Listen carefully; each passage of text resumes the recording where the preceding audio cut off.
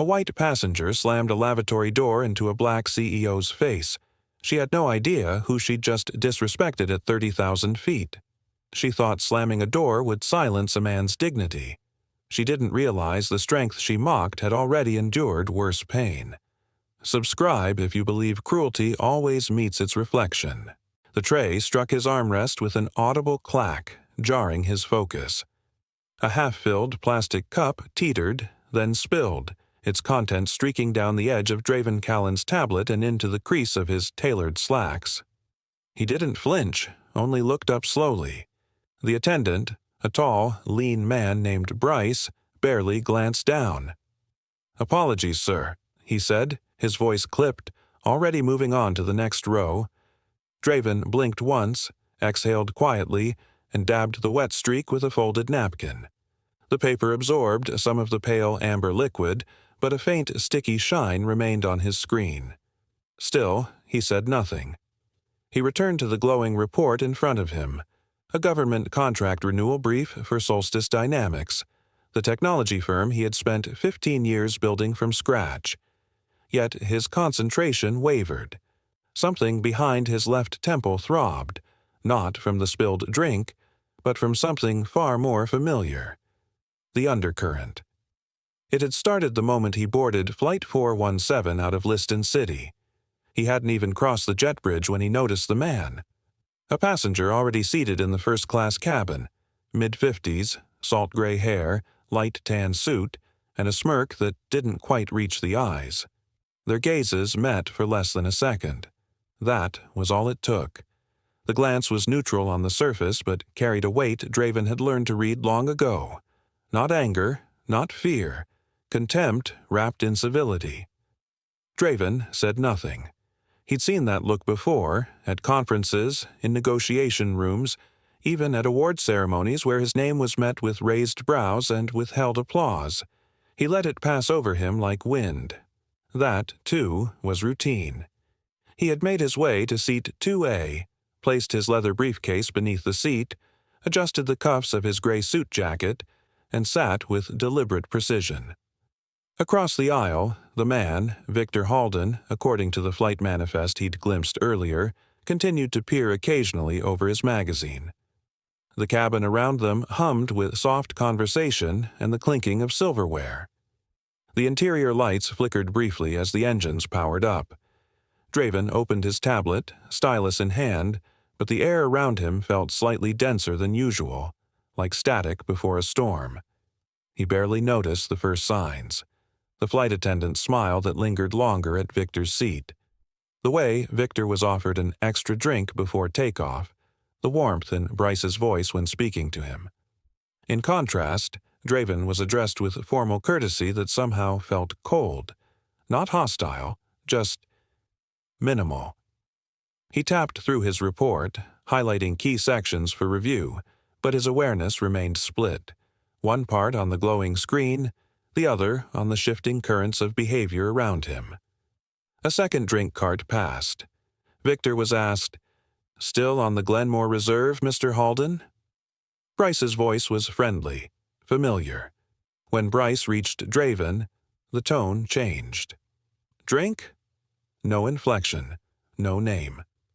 "Sparkling water, please," Draven said quietly, not looking up. The cup was delivered quickly, almost impatiently. Then came the tray, then the spill. And now, Draven sat there, sticky drink drying against his palm, his expression unchanged. He pressed the napkin to the crease of his trousers one more time before folding it precisely and setting it aside. Then, for a moment, he looked around the cabin. A man across the aisle watched him briefly, then looked away. The sound of Victor chuckling behind his magazine reached his ears, low and intentional. Draven didn't need to guess the source of the amusement. The unease he had felt before boarding now curled deeper inside him. Not fear. Draven Callan was no stranger to high-stakes rooms and subtle wars of perception. It was something else, a flicker of instinct, a warning. He closed the report on his tablet and opened the audio recording app on his smartwatch. A single tap lit the screen red. It wasn't paranoia, it was protocol. Ever since a similar incident at a hotel conference 3 years ago, Draven recorded anything that hinted at escalation. Not to retaliate, but to preserve truth. Victor shifted in his seat again, angling his body so his shoulder jutted slightly into the aisle. Bryce returned with a fresh drink for him. "Another one for the road, sir?" Draven watched this small act with measured detachment. He didn't want to escalate. Not now. Not with what was waiting in Ralden Harbor. The government contract renewal meeting was less than 24 hours away. Everything hinged on that. Budgets, partnerships, even hiring.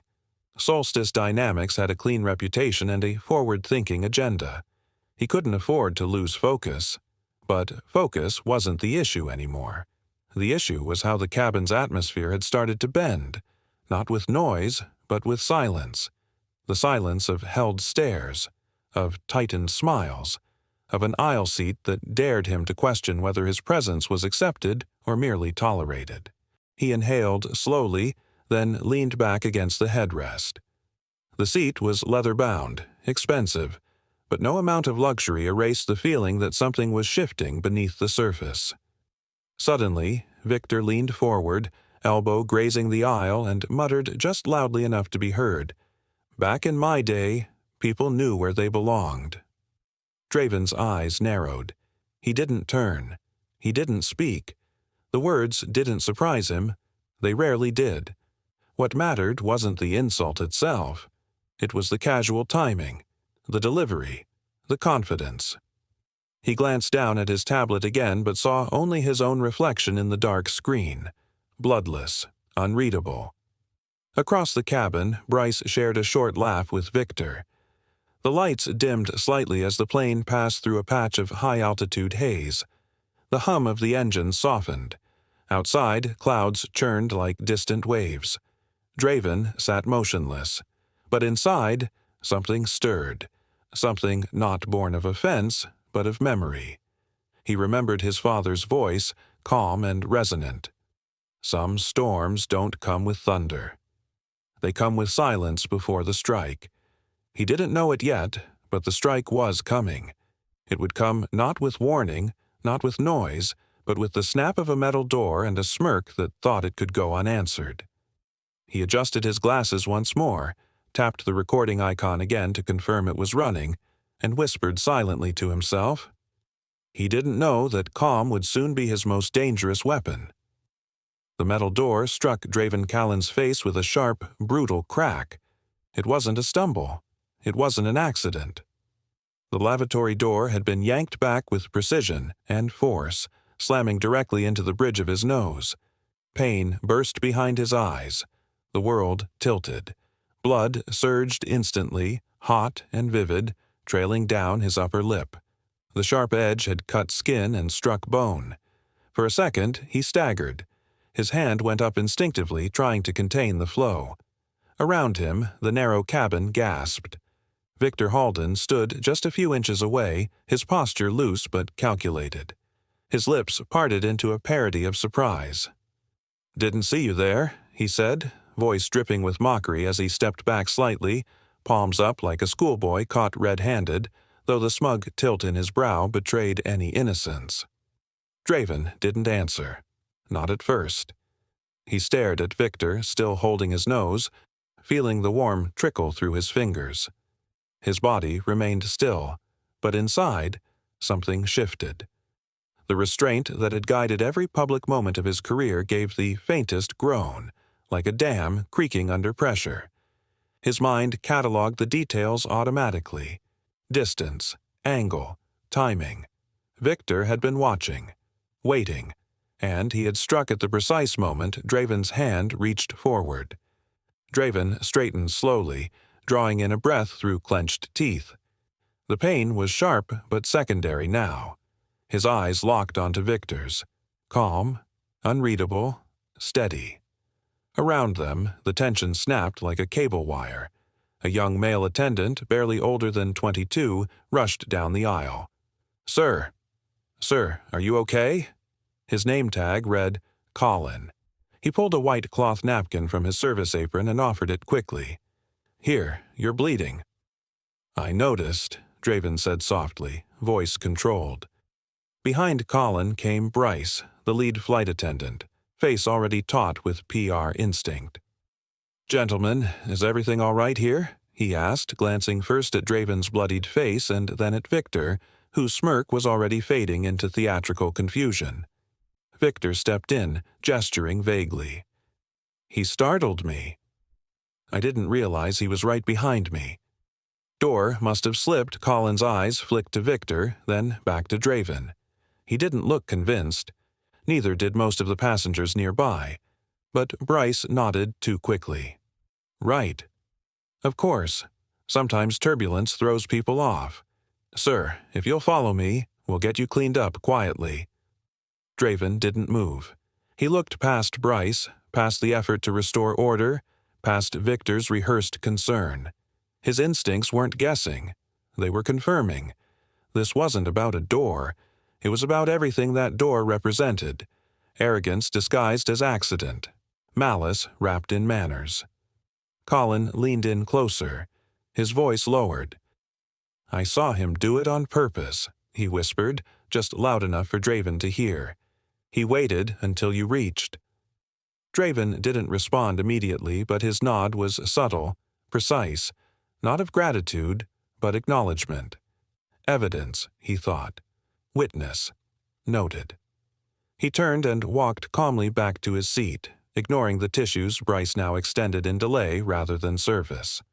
Blood still ran freely, but he tilted his head slightly back and applied pressure with the napkin. Eyes from the cabin followed him, some pitying, some unsure, some recording silently on phones held low. Victor remained near the lavatory for another moment, watching Draven's retreating figure with a blend of unease and lingering defiance. Then he turned, fumbled with his coat as if searching for something, and finally retook his seat across the aisle. The moments that followed were filled with forced quiet. The engines hummed. Overhead lights flickered slightly with altitude shifts. Bryce whispered with Colin, glancing toward Draven. Meanwhile, Victor picked up a magazine from the seat pocket, flipping a page but not reading. His eyes kept flicking to Draven, curious, uneasy. Draven didn't return the glance. Instead, his fingers moved subtly beneath his jacket cuff, pressing a button on the side of his smartwatch. A small red light glowed to life near the edge of the screen. The voice recorder was now live. If Victor said another word, even under his breath it would be captured. Draven knew there would be no justice without a ledger. The truth needed documentation, not just dignity. This wasn't about ego. This was about the slow erosion of silence. And that erosion had just started. From his seat, Draven scanned the faces nearby. Some averted their eyes. One man, 2 rows up, watched with something like guilt. Another, a teenage boy beside his father, looked confused but alert, his phone still gripped tightly in hand, screen recording light faint against his shirt. People saw. Whether they admitted it or not, they saw. Victor suddenly laughed too loudly at something in his magazine, drawing looks from those trying to pretend the air wasn't pulsing with tension. "People these days," he muttered, tossing the magazine onto the tray. "Can't take a little bump without bleeding all over." Draven exhaled slowly through his nose. The cloth pressed under his fingers was now red and sticky. But he didn't look at Victor. Not yet. The battle had begun. But it would not be fought with fists, not yet. It would be fought with control, with precision, with the quiet power of turning every word into evidence and every moment into leverage. The kind of power his enemies didn't understand until it was too late. And just before he adjusted his posture, letting the cabin settle into a strained stillness, a single thought formed fully in his mind, one that echoed in silence, ancient and sharp. The moment the door hit, something far older than anger awoke. The sound of the lavatory door striking bone was sharp, metal against flesh, the sickening crack echoing like a dropped wrench in a mechanic's bay. Draven staggered back, one hand instinctively reaching for the wall to steady himself as the other cupped his face. Warm blood flowed freely from his nose, thick and immediate. Around him, gasps rippled through the cabin. A young man 2 rows back instinctively stood halfway but sat again, unsure. First class was no longer quiet. Victor Halden took a step back, his hands raised in mock innocence. "Didn't see you there," he said flatly, though the upward twitch of his lips betrayed him. There was no alarm in his tone, no surprise, only a hollow courtesy emptied of meaning. Draven didn't reply. The pain behind his eyes was spreading fast, but the throb was dulled by something colder. Clarity. He stood tall despite the blood, breathing slow through clenched teeth. The cabin lighting buzzed faintly overhead, white and sterile. All around him, the world moved in fragments, passengers staring, attendants beginning to rush forward, the steady drip of blood pattering softly onto the carpet. The first to arrive was Bryce, the lead flight attendant, mid-40s, blonde hair swept back, expression flickering between concern and calculation. He glanced at Victor, then Draven, then back again. "What happened?" Bryce asked, stepping between them. Victor spoke first. "It was an accident. I pulled the door and he was just there. Timing, I guess?" His shrug was a practiced one. Bryce turned to Draven, whose blood had now reached the collar of his shirt. "Sir, please, let me get you something. It's probably best if we handle this quietly. We're still mid-air, after all." Draven blinked slowly, processing every word. "Quietly," he repeated, voice low. Interesting choice of word. A younger flight attendant, dark-haired, barely older than 20, rushed in with tissues and a damp cloth. "I saw it," he whispered as he passed them into Draven's hand. "He did it on purpose." Draven's eyes flicked toward the boy. His voice was calm, measured. "What's your name?" "Colin," the attendant replied, voice trembling. "Thank you, Colin," Draven said, pressing the tissue to his nose.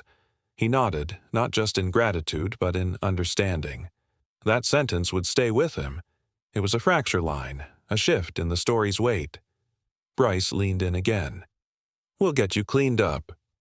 There's no need to file anything now. These things happen." "These things," Draven repeated. "Do they?" Bryce opened his mouth but closed it again, unsure how to finish that sentence. Draven turned away from them, the tissue pressed to his face, his steps slow but sure as he walked back to his seat. Each step left behind a drop of red like punctuation marks in a chapter he hadn't written, but was now determined to finish. He sat. Passengers nearby avoided his gaze, while others peered through the corners of their eyes. A man across the aisle raised his phone slightly, angling it toward Victor, whose smug posture had returned. Victor was pretending to read a magazine now, but his eyes darted constantly to Draven, as if measuring the fallout, or perhaps hoping for none. But Victor didn't know what Draven had done before the door hit him. 5 minutes earlier, when the tension first thickened between them, Draven had quietly tapped his watch. A discreet chime and a red icon confirmed it. The voice recorder app had started. He didn't know what would happen, but he had felt something. A storm gathering. The kind you can't see in the weather, only in people. That small act, made without drama, had become pivotal. Now, every slurred insult, every mocking aside, and every desperate attempt to cover the truth was being etched into digital memory. He reached down and checked the screen under his sleeve. Timestamp confirmed. Audio running. Still bleeding, still calm. From the corner of his eye, Draven saw Victor shift again, legs crossed arrogantly, one arm thrown over the seat. The man hadn't changed, not in body language, not in intent. His face showed half guilt, half triumph. He believed the worst was over. Draven knew better. He reached down and pulled his leather satchel from beneath the seat, wiping his fingers before unzipping the front pouch. Inside, neatly packed beside his travel documents and contracts, was a silver case. Not just any folder, this one carried outlines, draft legal notices, and pre-built templates for workplace disputes. It wasn't meant for in-flight use. But then neither was violence. As he quietly removed a blank grievance form, he marked the name Bryce Anders beside Lead Cabin Authority. His hand was steady, his movements deliberate. He didn't rush. He didn't need to. Each second was a declaration. Behind him, murmurs rose and fell. A man, somewhere up front, whispered to his companion, "He's still bleeding." Another said, "Didn't look like an accident." The atmosphere had shifted again. No longer shock, but suspense. The cabin itself felt tighter, like a thread stretched too far. One snap away. And yet, through it all, Draven remained still. The calm he carried was no longer passive. It was precise. It was the kind of calm that turns memory into evidence, indignity into documentation, silence into strategy. Because what Victor Halden had dismissed as a clumsy moment was now a timeline, recorded, time-stamped, soon to be transcribed. He had just turned an assault into a confession waiting to be heard. The metal door had just slammed into Draven Callan's face minutes ago, leaving a sharp, burning pain above his upper lip and a warm trickle of blood that had now slowed but not stopped. The captain had been informed. The intercom announcement about unexpected turbulence was a weak disguise for the true disturbance in first class. Behind the cockpit door, the logbook was being updated with the words "passenger conflict pending review," but words in a book meant little compared to bruises on a face.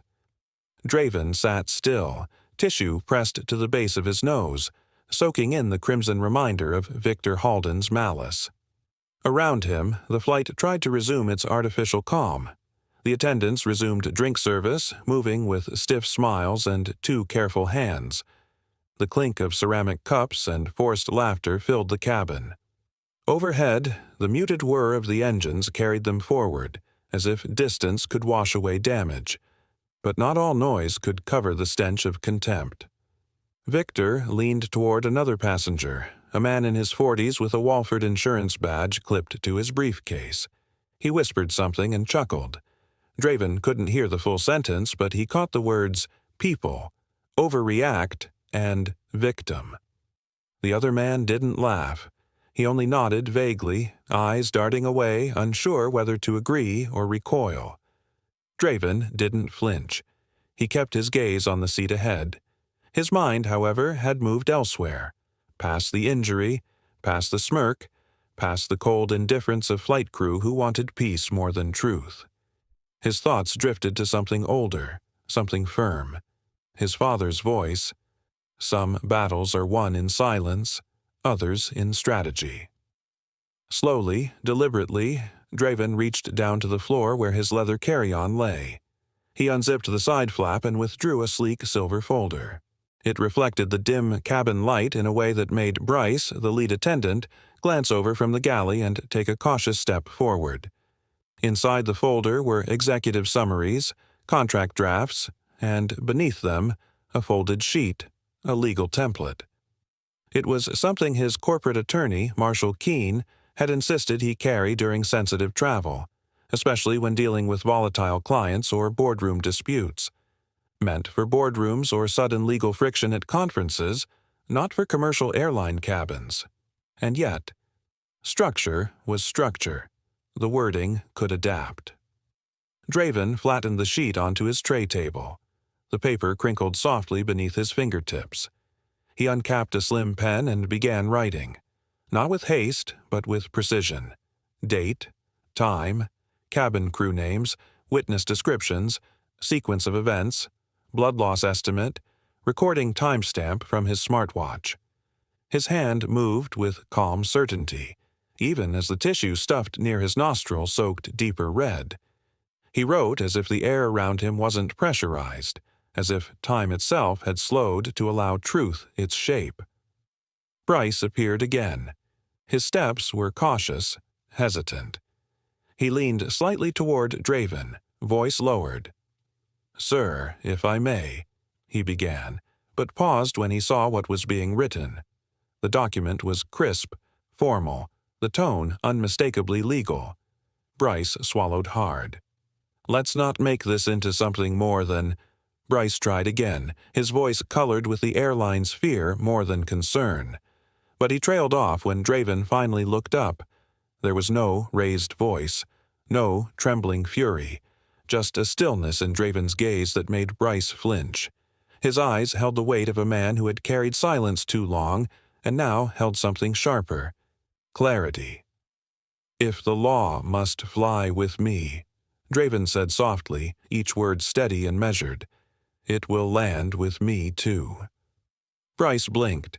He stepped back without responding, retreating to the galley with a glance over his shoulder that lingered longer than needed. Draven returned to his writing. The rows of passengers began to quiet again, not out of comfort, but out of unease. Something had changed. Not loudly, but deeply. Victor shifted in his seat across the aisle, peering from the corner of his eye. He watched the slow unfolding of paper, the pen etching purpose, the quiet resolve gathering in ink. And in that quiet declaration, the flight's balance of power began to shift. Victor stood slowly, brushing the sleeve of his blazer as if flicking away dust. He stepped into the aisle, pretending to reach toward the overhead bin, muttering to himself in a low voice that seemed directed at no one, but meant for one man only. "This place used to have standards," he said, eyes sliding toward Draven without turning his head. "Now they hand out first-class seats like charity." His tone was sharp and bitter, designed to provoke, his words dripping with the entitlement of someone convinced he was untouchable. Draven remained still, fingers laced over his lap, eyes locked on the tablet screen before him. But his mind wasn't on the document. He was listening, measuring, calculating.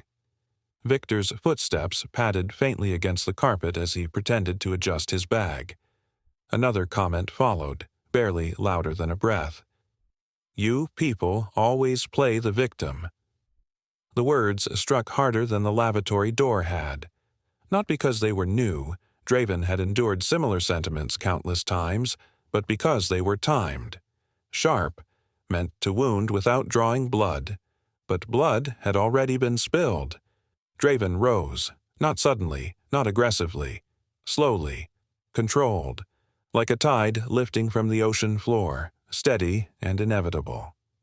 He reached for a napkin from his seat-back pocket and wiped the faint trace of red from under his nose, folding it carefully between his fingers. The flight attendants froze. Bryce, the lead steward, took a half-step forward but hesitated. His instincts warned him something had shifted. Victor turned slightly, sensing the movement behind him. He met Draven's gaze and smirked, as if daring him to speak. "You slammed a door on a man's face and smiled," Draven said, his voice low and steady. "That wasn't a mistake. That was cowardice." Victor's smirk faltered, but only slightly. "Take a joke, pal," he muttered, reaching toward the drink on his tray table. "Some of us actually paid for our seats." What happened next felt outside of time. Draven's hand moved without hesitation, not in rage, but with the precision of someone who had made the decision long before his body acted. He stepped toward the service cart nearby and lifted the metal lid of the trash bin resting atop it.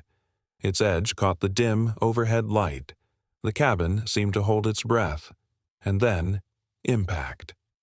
The lid struck Victor square across the face with a flat, resounding thud, the kind that silences an entire room. A sharp crack followed, unmistakable. Victor staggered backward, crashing into his seat, hands flying to his face as blood bloomed from his nose. A shocked cry escaped him, not of pain alone, but of disbelief. Gasps rippled through the cabin. Trays rattled. A drink spilled somewhere. A man in the back row muttered, "Oh my God," under his breath, frozen with his phone halfway out of his pocket. Bryce lunged forward at last. "Security protocol," he shouted, voice thin with panic. "Everyone remain seated." Colin, the younger attendant, hovered behind him, wide-eyed and unmoving. Draven didn't flinch. He didn't run. He didn't even raise his voice. He gently set the trash bin lid back on the service cart, the blood on its edge glinting dark under the cabin lights. The clang it made as it settled was quiet, somehow louder than Victor's groans. Then he turned to the crew. His tone did not rise above the sound of the engine. "Now," Draven said clearly, "call the authorities." Bryce stood frozen, staring at him as if unsure whether to obey or protest. Passengers around them remained silent, recording, watching, processing the scene that had just unfolded before them. Victor sat crumpled in his chair, cupping his face, red seeping between his fingers and dripping onto his lapel. The arrogance that had filled the cabin like smoke had vanished. Somewhere, far above the clouds, the plane continued forward. But inside, the air had changed. The hierarchy had shifted. Draven's breathing was calm, as if a storm had passed through him and left only clarity behind. He wasn't shaking. He wasn't hiding. He looked at Bryce again, more patient than threatening, as though waiting for the system to remember its purpose. Behind him, Colin whispered something into his intercom. A moment later, a beep sounded from the cabin phone by the galley. Draven turned slightly, scanning the room. Faces stared back, some fearful, others stunned, a few nodding imperceptibly. Every man in that cabin had witnessed the same thing, an act not of fury, but of balance, the end of silence. Victor moaned again, slumped sideways now, whimpering about lawsuits and excessive force, but no one came to help him. The metal lid remained on the cart, glinting softly, the blood slowly drying at its rim. The plane flew on, but for those inside, something had already landed. The man who had been silent had just spoken the only language injustice understood. The sound of the impact still echoed faintly when the cabin fell into absolute stillness. Victor Halden slumped sideways into his seat, clutching the side of his face where the metal trash bin lid had struck him. A thick line of blood traced down from his eyebrow to his cheekbone. The arrogant smirk he'd worn for the entire flight was gone, replaced by confusion, pain, and something unfamiliar, fear. Around him, passengers froze in disbelief, their eyes wide, hands paused midair with phones half raised or cups suspended. Then the whispers began, quiet, uncertain, like the first wind before a storm. Bryce, the senior flight attendant, rushed down the aisle, suit wrinkled, voice trying to command but cracking under the weight of the moment. Sir, please sit down. We'll handle this," he stammered, his eyes flicking between Victor's bleeding face and Draven Callan, who stood perfectly still. Draven didn't flinch. His breathing was slow. The blood from his earlier injury had mostly dried, but the tissue in his hand was still streaked with red. He held it out to Bryce like a receipt. "Then begin," Draven said, his voice measured and quiet, "by writing what you saw." The sentence landed heavier than the strike itself. Bryce blinked, visibly sweating now. He looked over his shoulder to the younger attendant beside him. Colin stood frozen for a heartbeat, lips parted as if caught in the middle of a decision. Then, with surprising steadiness, he stepped forward and spoke loud enough for the nearest rows to hear. "He didn't start it," Colin said clearly. "That man attacked him first." The sentence cut through the growing fog of uncertainty like a blade. It was the first honest declaration since the altercation. Several passengers nodded quietly. A man in seat 2. A lowered his phone and muttered, "That's what I saw, too." Bryce opened his mouth as if to interrupt, but the overhead speaker crackled before he could. "This is your captain speaking. We're initiating an emergency landing at Eastwell International. All passengers remain seated. Cabin crew, secure the area." The captain's tone was calm, but beneath it was a tension that mirrored the unease filling the cabin. Draven lowered himself back into his seat with mechanical precision. He didn't sigh or look around. Instead, he reached into his bag, pulled out his tablet, and began working. But not on a report, not on contracts, on evidence. His fingers moved with the rhythm of a man who had rehearsed this before. Not this incident, but the moment of being wronged and told to accept it. He opened a time-stamped document. Every detail of the assault was outlined. The moment Victor first muttered, the precise second the door was slammed, the reaction of the crew, Bryce's evasion, Colin's courage. He synced his watch's voice recording, attached photos he had taken of his own bloodied face in the lavatory mirror, and began naming witnesses row by row, those who looked, those who spoke, those who filmed. The document wasn't emotional. It was surgical, clean, precise, and growing. Victor sat just across the aisle, still groaning, now pressing a napkin to his face and muttering something under his breath. His confidence had fractured into fragments. Each flick of Draven's stylus felt like a nail in the illusion Victor had clung to, the illusion that silence would once again protect men like him. Colin returned to the galley, visibly shaken but resolute. Passengers started whispering not in fear, but in support. Some were drafting their own notes. One man discreetly slid Draven a slip of paper with his name and seat number. Saw the whole thing. Will testify. Outside, the landscape below shifted as the plane began its descent. City lights blinking closer, the land rising to meet the metal bird carrying not just passengers but a truth now impossible to suppress. And Draven kept writing. He wrote because no one else would. He documented because erasure came easy when dignity wore the wrong skin. He documented because this time the silence would not be theirs to rewrite. When calm turns deliberate, it becomes a weapon far more dangerous than rage. Victor's voice sliced through the cabin like a jagged edge. "He attacked me. He's violent. Restrain him." His face, swollen and streaked with dried blood, twisted into a picture of false outrage as he pointed an accusing finger across the aisle. The cabin, tense and buzzing with low murmurs moments before, erupted into a wave of reaction, some gasping, others muttering in disbelief. The descent had begun, but the atmosphere inside the aircraft was climbing toward something far more volatile. Draven didn't flinch. Seated with his shoulders back, hands calmly folded on his lap, he looked more like a man preparing for a boardroom negotiation than someone being publicly accused. His eyes never left Victor's as the man stood, still clutching the side of his face like a shield.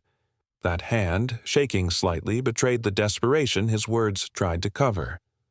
Bryce moved quickly down the aisle, his tone laced with urgency but lacking conviction. "Sir, please calm down," he said, placing a hesitant hand on Victor's arm. "Let's not escalate this." But the cabin had already shifted. Colin stepped forward from the galley, his jaw tight.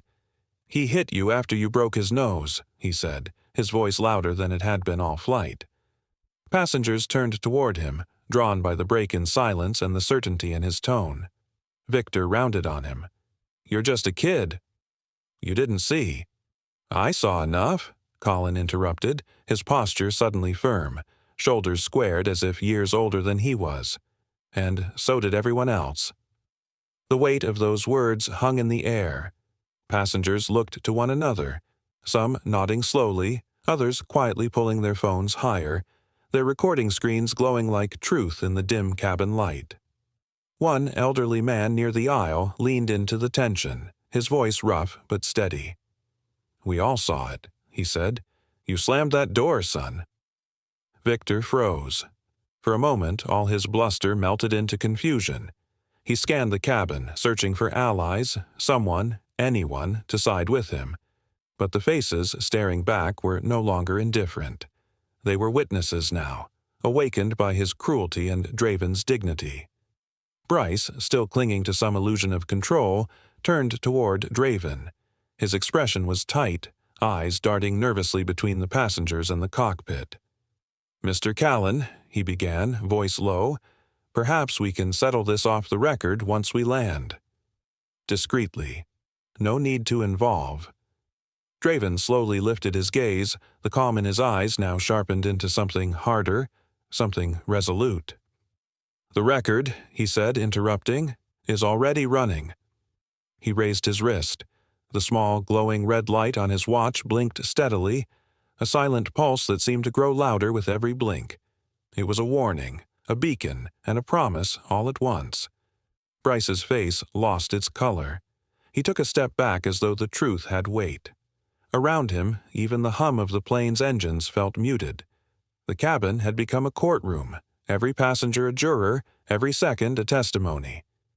Victor's hands dropped slowly to his sides. His voice, once so loud, was now swallowed by the presence of something he hadn't expected. Consequence. Draven leaned back slightly in his seat, his breathing steady. In his mind, the chaos unraveled into clarity. He thought of his father's lessons, the quiet moments of preparation, the weight of being underestimated. This wasn't about pain anymore. It wasn't even about one man's ignorance. It was about standing when silence had been the expectation. The descent continued. The lights dimmed further as the aircraft prepared for landing. But inside, everything had changed. The storm had passed through, not with fury, but with precision. For the first time since the incident, Draven allowed himself a breath. It wasn't relief, it was focus. Focus sharpened by purpose and tempered by restraint. He looked out the window as the city lights of Eastwell came into view, twinkling like a new battlefield below. The work wasn't done, not by a long shot, but he had made it through the air. Now came the ground. He understood that sometimes justice begins mid-air, long before the landing gear touches ground. She smashed the lavatory door into the CEO's nose, splitting it open as blood ran down his face. If you believe violence fueled by hate demands justice, hit subscribe now, because power without respect always collapses. The wheels struck the tarmac with a jarring thud, and the cabin jolted forward. Flight 417 had touched down at Eastwell International under emergency clearance, its landing marked by flashing lights along the runway. Inside, the air was tense, silent, as if everyone had been holding their breath for the last 30 minutes. The intercom crackled as the captain's voice cut through. "Ladies and gentlemen, please remain seated. We have arrived under emergency protocol. Authorities will be boarding shortly. Thank you for your cooperation." The moment the plane halted at the gate, uniformed officers and paramedics ascended the jet bridge. The door opened to the cold rush of real-world consequences. Victor Halden was the first to be removed. He clutched a bloodied napkin to his swollen face, trying to maintain an air of innocence, but the stains on his collar and the way he avoided eye contact betrayed his unraveling. As he stepped out, he mumbled something under his breath, half a curse, half an excuse, his voice low, but his pride louder than his logic. Draven Callan followed 2 minutes later. He said nothing. His posture was straight, his gray suit still immaculate except for the faded smear of blood near the collar. In one hand, he carried a thin leather document sleeve. In the other, his phone and tablet, both with backup copies of everything he had recorded. His eyes were alert, but his steps unhurried. Not the walk of a man seeking revenge, but the gait of someone who had already calculated the outcome. Inside the terminal's security annex, the two men were taken to separate rooms. Draven's holding room was brightly lit, a sterile space with frosted glass windows and a long metal table at its center. A security officer offered him water, which he declined. A clock on the wall ticked louder than it should have. The quiet was sharp, not peaceful, but expectant. Inspector Ryden Falk entered. A tall, broad-shouldered man with tired eyes and the kind of voice that didn't need to raise volume to command authority. He placed a folder on the table and sat opposite Draven. "Mr. Callan," he began, hands folded, "we've got conflicting accounts." "I'd like to hear yours directly." Draven met his eyes. "I was assaulted," he said plainly. "I did respond, but only after enduring verbal provocation and a physical attack. I have documentation to support every claim." Falk's brow lifted slightly. "Documentation?" Draven reached into his folder and pulled out printed stills from his tablet, time-stamped photos showing his bleeding face, a witness list with names and seat numbers, and, finally, the audio recording saved from his smartwatch. He tapped the play button. the room filled with the calm voice of Draven narrating his actions, followed by Victor's muttered insults, the rising tension, and then the unmistakable sound, the brutal slam of the lavatory door, followed by the immediate chaos. Falk didn't interrupt. He listened with still eyes and a neutral mouth, but something in his posture shifted, the kind of shift that comes from realizing a case had just written itself. "We also have passenger videos," Falk said, flipping open his folder. "Several passengers sent us footage from their phones. I've watched 2 so far. One clearly shows Mr. Halden smirking right before the door swings back. Another shows your response." Draven nodded. "I did strike him. I used the lid from the trash bin, but only after he mocked the injury he caused." The inspector leaned back. "And your nose?" "Fractured," Draven said. "I'll have the full medical report within the hour. Paramedics took photos at the gate outside the room. Victor's interview was already going sideways. His first version of events claimed it was all an accident. The door slipped. He didn't see anyone there. 10 minutes later, he changed his story again, suggesting Draven had crowded him near the lavatory. By the third retelling, Victor tried to claim Draven was looking for a reason to be offended. Each lie only widened the cracks in his defense. Meanwhile, passengers who had remained quiet during the flight began coming forward. A middle-aged engineer from row 2B offered his video to security, showing the exact moment Victor muttered a slur just loud enough for nearby passengers to hear. Another witness, a retired school principal, submitted a handwritten statement describing Victor's demeanor as taunting, predatory, and escalating. Then came Colin. Colin, the young flight attendant who had watched it all unfold, stood in the glass-walled hallway outside the security office, clutching a folded report in his hand. When Falk stepped out for a moment, Colin walked forward. "I wrote everything," he said, voice shaking but firm. "He slammed that door with purpose. And Mr. Callan didn't touch him until after the blood had dried." Falk nodded. "You understand what this means for you, breaking with crew protocol." "I do," Colin said, "but truth doesn't follow protocol." That moment marked the beginning of the unraveling. Falk returned to Draven's room and dropped the latest statement on the table. "I think we're done here," he said. "We'll need to detain Mr. Halden for questioning. His accounts changed 3 times, and your documentation holds." Draven didn't move. His fingers lightly brushed the edge of the table as if committing every texture to memory. "Thank you," he said, "but understand, this isn't just about him. It's about the systems that gave him the confidence to think he could get away with it." Falk looked at him for a long second. "That's not lost on me." In the next room, Victor was being led away, red-faced, wide-eyed, and no longer holding the illusion of control. His father's legal team trailed behind him, arguing for bail and minimizing the language to mid-flight misunderstanding. But the officers weren't listening anymore. The footage, the statements, the blood, and the pattern, it had all converged. Back inside the annex, Draven collected his documents and stood. As he passed the observation windows, he saw Victor in cuffs, looking up in disbelief, as if justice had crept up on him quietly, in a place he thought untouchable. Outside the terminal, the media hadn't arrived yet, but the digital storm had already begun. Clips were uploading, tweets were spreading, and the full narrative, with audio, visual, and first-hand accounts, was emerging faster than any cover-up could contain. Draven stepped into the cool air beyond the terminal's doors. A breeze stirred the edge of his coat, and the distant sound of planes taking off cut through the silence. For once, the process favored truth over privilege. Draven watched as Victor's arrogance dissolved into panic. Sometimes justice doesn't shout. It signs its name quietly at the bottom of a report. The interrogation room door clicked shut with a finality that matched the chill in the air. Draven Callan sat still beneath the sterile glow of flickering fluorescent lights, his bandaged nose casting a faint shadow over his otherwise composed face. The chair beneath him was cold steel, bolted to the floor like a silent witness to every confession that had ever happened in this room. But Draven had nothing to confess, only to clarify. He didn't flinch when the door opened again.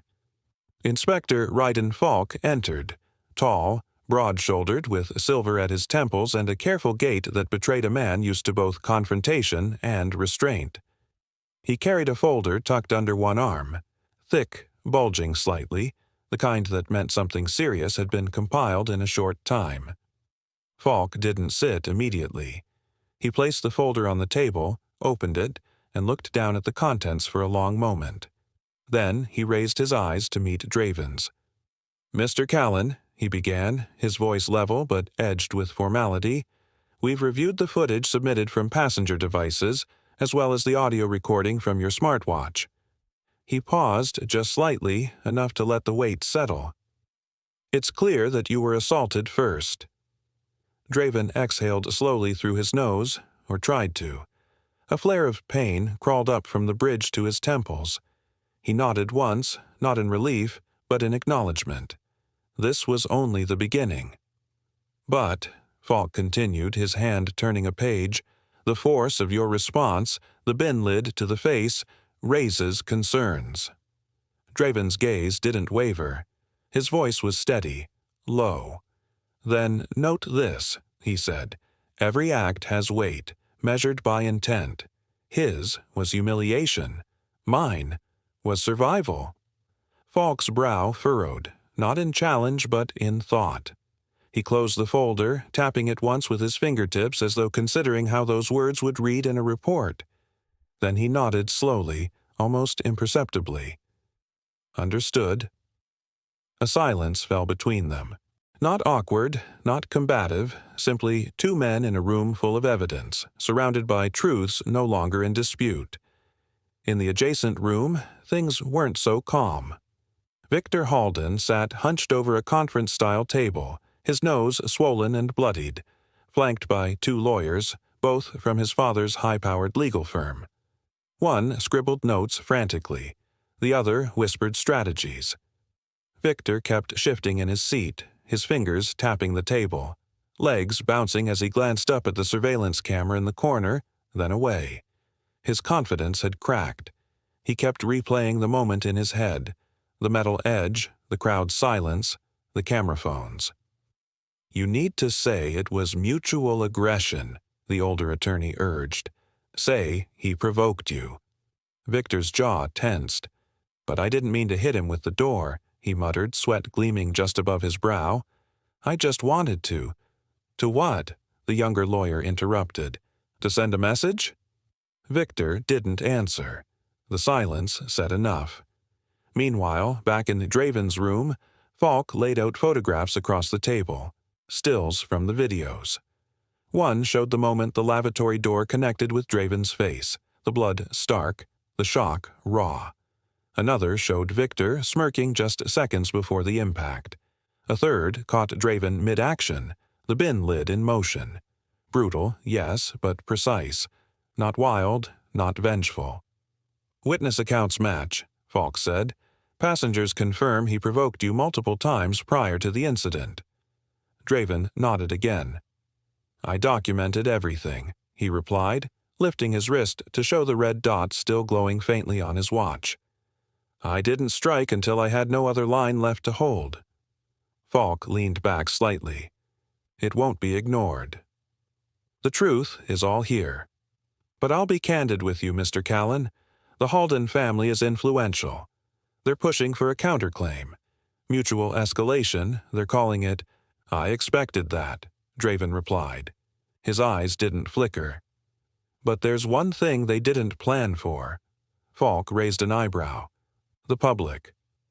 Already, outside the insulated walls of the precinct, the story was no longer confined to Flight 417. Passengers had uploaded their footage to social media within minutes of landing.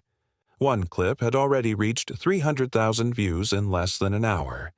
Draven's bloodied face, Victor's smirk, the silence after the strike, the truth distilled into pixels and timestamps. Comment threads boiled with outrage. "Protect this man." "Privilege finally got checked mid-air." Someone tell this CEO he's a hero. Draven hadn't planned for any of that. No press, no viral headlines. He hadn't even thought past the landing, only that the lie wouldn't survive the ground. And now it was spreading like wildfire. In the media room down the hall, a junior officer stepped in and handed Falk a tablet.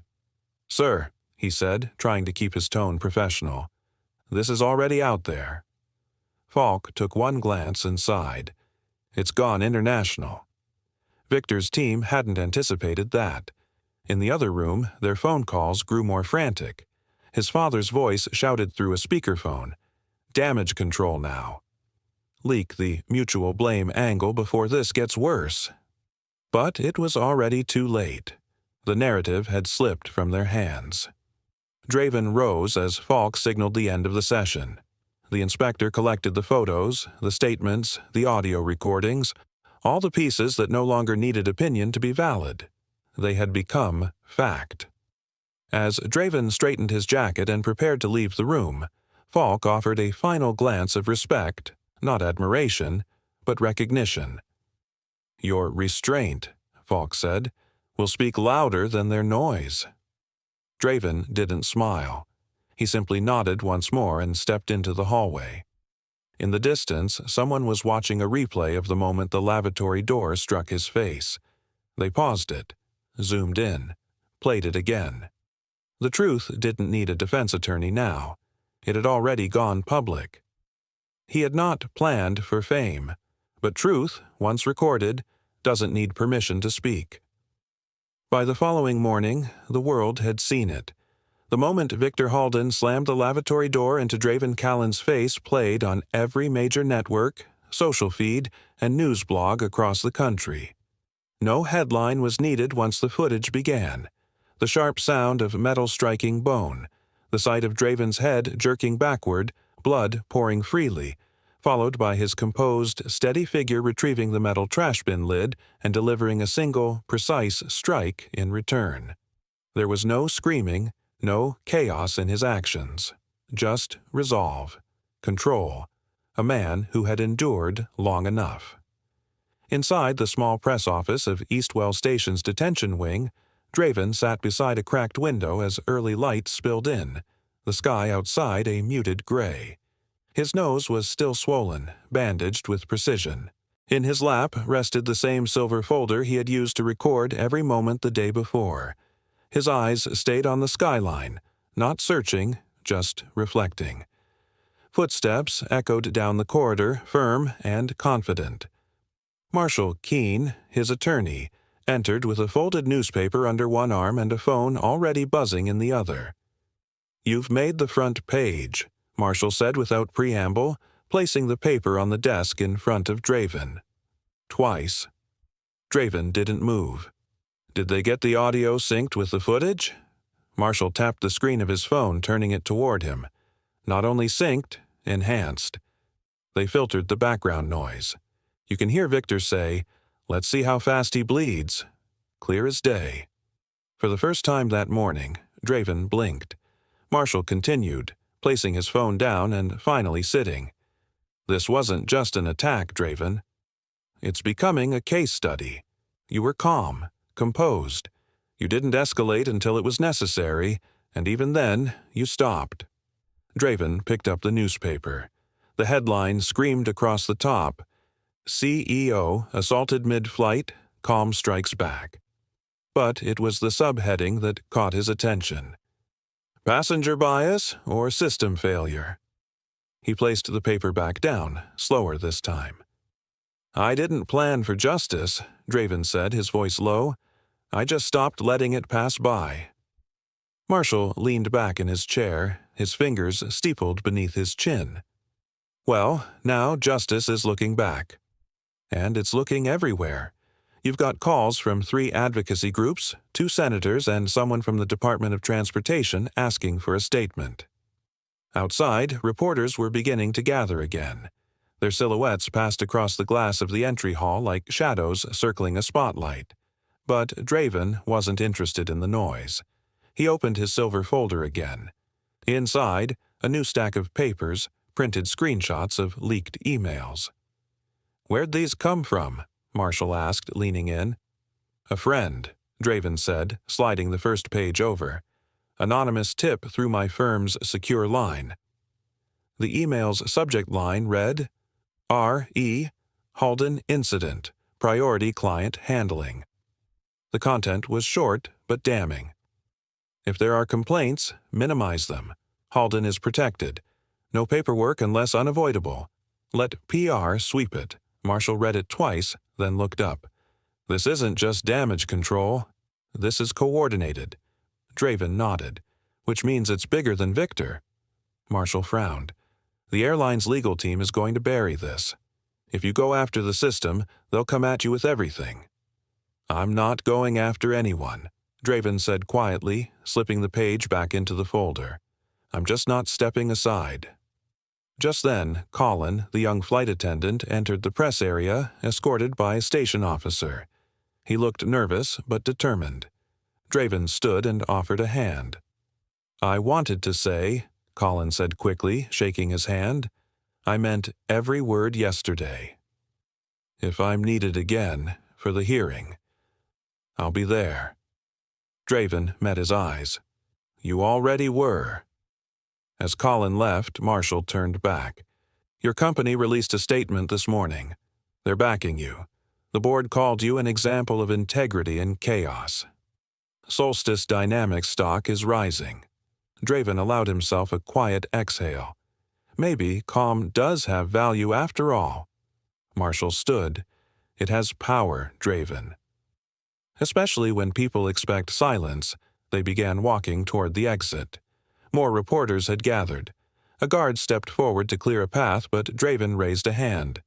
"Let them record," he said. "Truth doesn't need permission." One reporter called out, "Mr. Callan, do you think Victor Halden was the real problem here?" Draven paused, turning just slightly toward the crowd. The cameras clicked. "No," he said. "He was just the symptom." And then, as if cued by fate, another message came through to Marshall's phone. He glanced down, eyes widening. "You're going to want to see this." Draven took the phone. It was another leak, a chain of internal emails between airline managers. One of them read, "Halden's father is on the advisory board.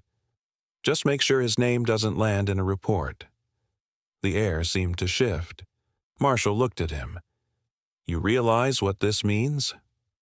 Draven nodded slowly, the implications unfolding behind his eyes like a map of rotten roots. "The man who hit me," he said softly, "wasn't the real enemy. It was the system that taught him he could."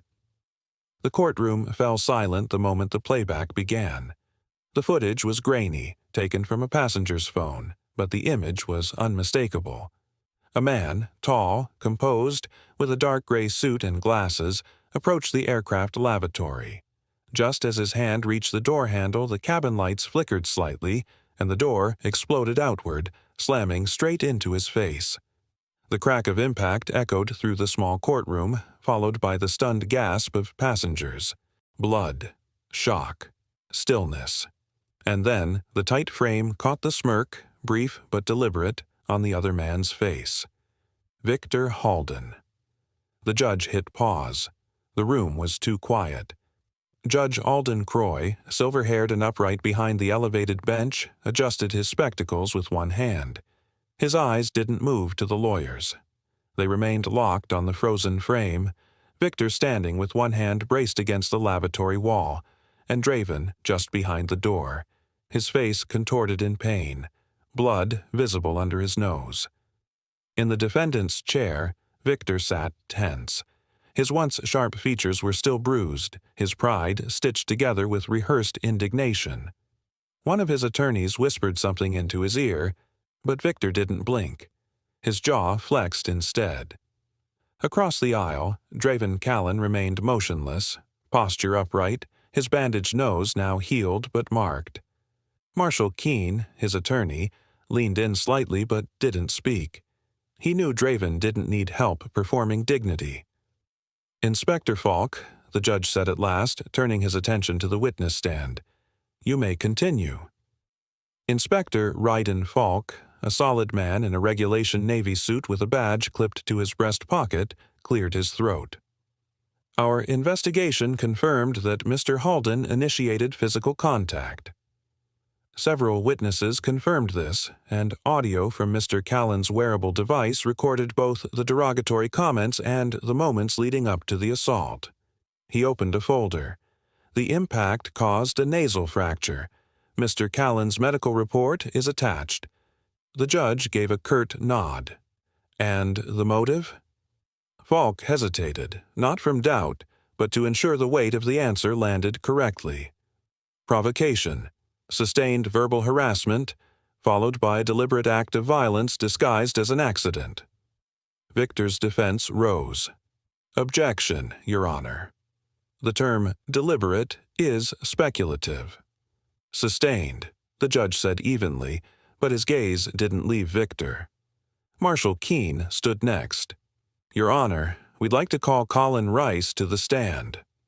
Colin, the youngest attendant from Flight 417, walked stiffly to the stand. His uniform was slightly too large, and his hands trembled as he raised them for the oath. When seated, he gripped the wooden edges of the chair as though they were lifelines. Mr. Rice, Keene began gently, you witnessed the altercation between Mr. Halden and Mr. Callan. Please describe what you saw Colin swallowed. Victor Halden had been drinking. He made comments, racist comments about Mr. Callan before the incident. When Mr. Callan approached the lavatory, I saw Mr. Halden waiting nearby. I was only a few steps away. He timed it, slammed the door on purpose. There was a stir in the audience, hushed murmurs. One of Victor's attorneys scribbled something frantically. The judge raised his hand and silence returned. Did Mr. Callan respond immediately? Keene asked.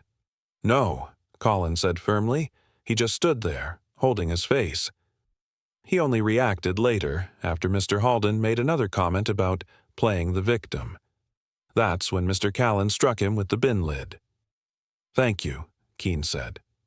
Victor's lawyer approached for cross-examination, his tone colder. Mr. Rice, are you saying you could determine intent from a few feet away in a moving plane? I'm saying, Colin replied, voice steadying, that I've seen accidental collisions. That wasn't one. He looked right at him before doing it. I work on planes every day. I know what hesitation looks like. The defense attorney hesitated. He wasn't expecting strength from the young man. No further questions, he muttered, returning to his seat.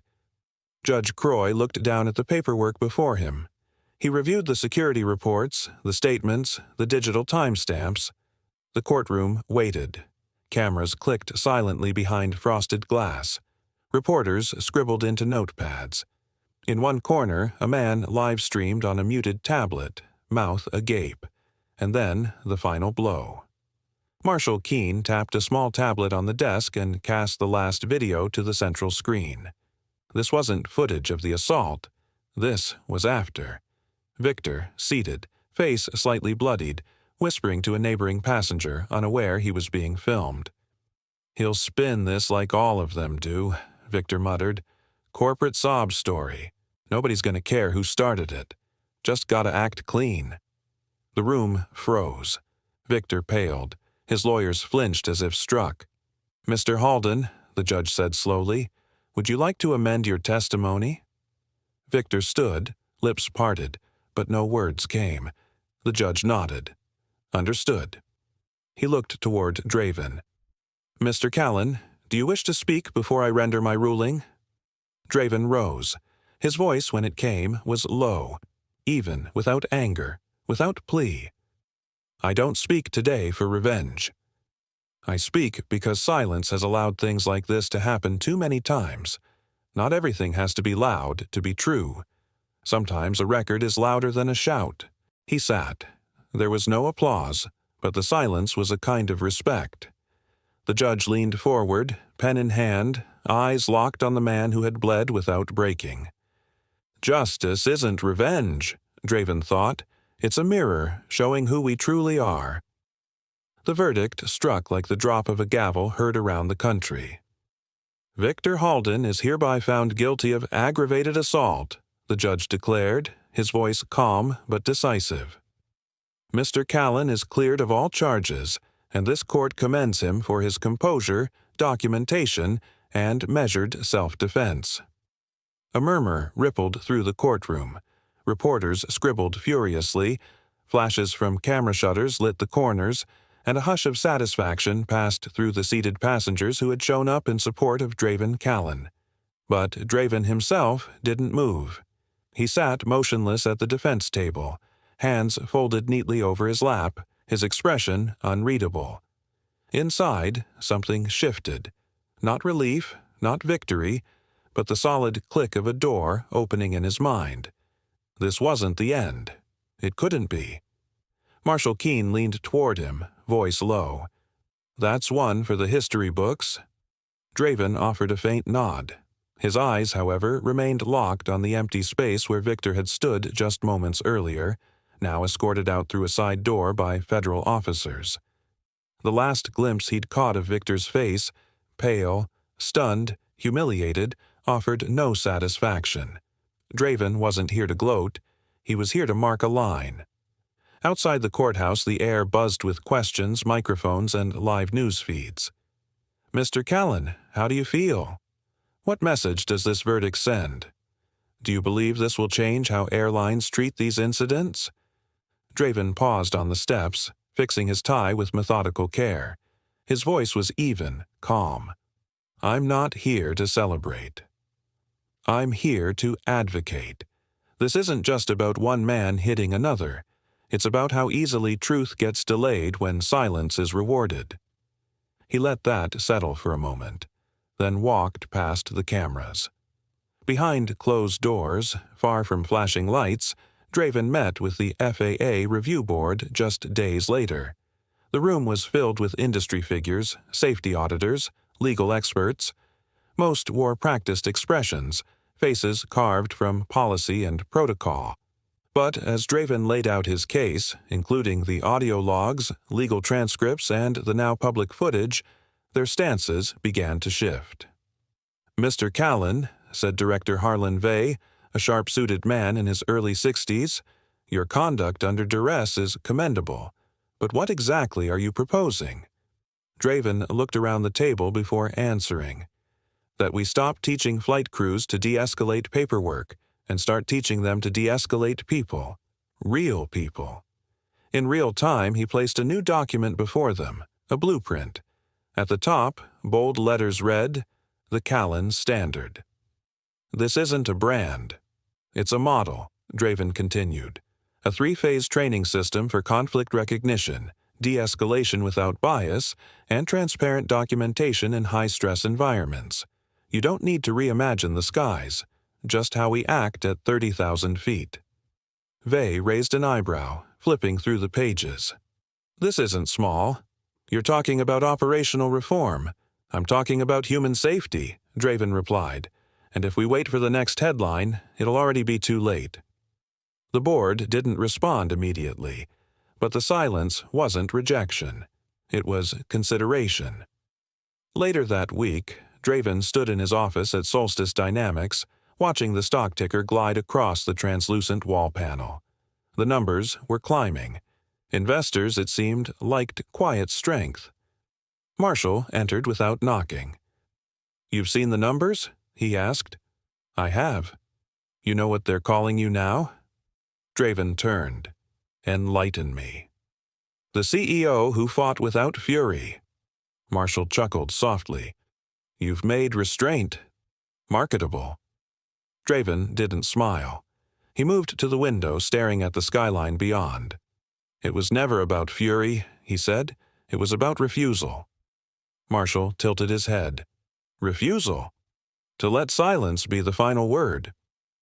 It was later that night, seated in a dim-lit conference room with airline union reps and 2 policy analysts from the Department of Transport, that Draven's influence truly started to take root. The men around the table weren't easy to sway. Some defended current protocols. Some tiptoed around legal liability. But none could deny the footage, the transcript, the broken nose, or the broken system. "Let me ask you something," Draven said to them, his voice low and steady. "If this had happened to someone without a title, without a company, without a recording, would anyone here even know?" The silence that followed was louder than argument. The final scene of the day unfolded in an interview studio, a live segment for a national news outlet. Draven sat alone under a halo of soft lights, the cameras rolling. The host, a veteran anchor named Emery Brack, leaned forward across the table. "Mr. Callan," he said, "millions have seen the footage. People say you've changed the conversation around in-flight safety and racial profiling. What do you want your legacy from this to be?" Draven looked at the lens, not the host. He saw the passengers who had stepped up, the attendants who'd hesitated, the boy in the back row who had recorded everything, and Victor, not as a villain, but as a symptom. He took a breath. "Some victories don't end the war," Draven said to Marshall quietly. "They just draw the next battle line." Draven Callan stepped onto the stage to the low hum of shifting chairs and murmured anticipation. The lights were warm but not harsh, spotlighting the curve of his jaw and the faint scar at the bridge of his nose, a mark now healed, though it carried with it the weight of every decision he had made since that flight. He adjusted the cuffs of his slate-gray jacket, smoothed the paper in his hand, and looked up. Rows of men filled the auditorium, a hall built within the new Solstice Dynamics campus, glass walls reflecting the twilight beyond. Executives, regulators, flight officials, and former passengers watched him in silence. Some leaned forward, others folded their arms, uncertain. But all eyes were on him. He didn't speak immediately. He let the quiet expand, just long enough for discomfort to settle. Then, finally, his voice cut clean through it. "Accountability isn't about anger," he began, measured and composed. "It's about refusing silence."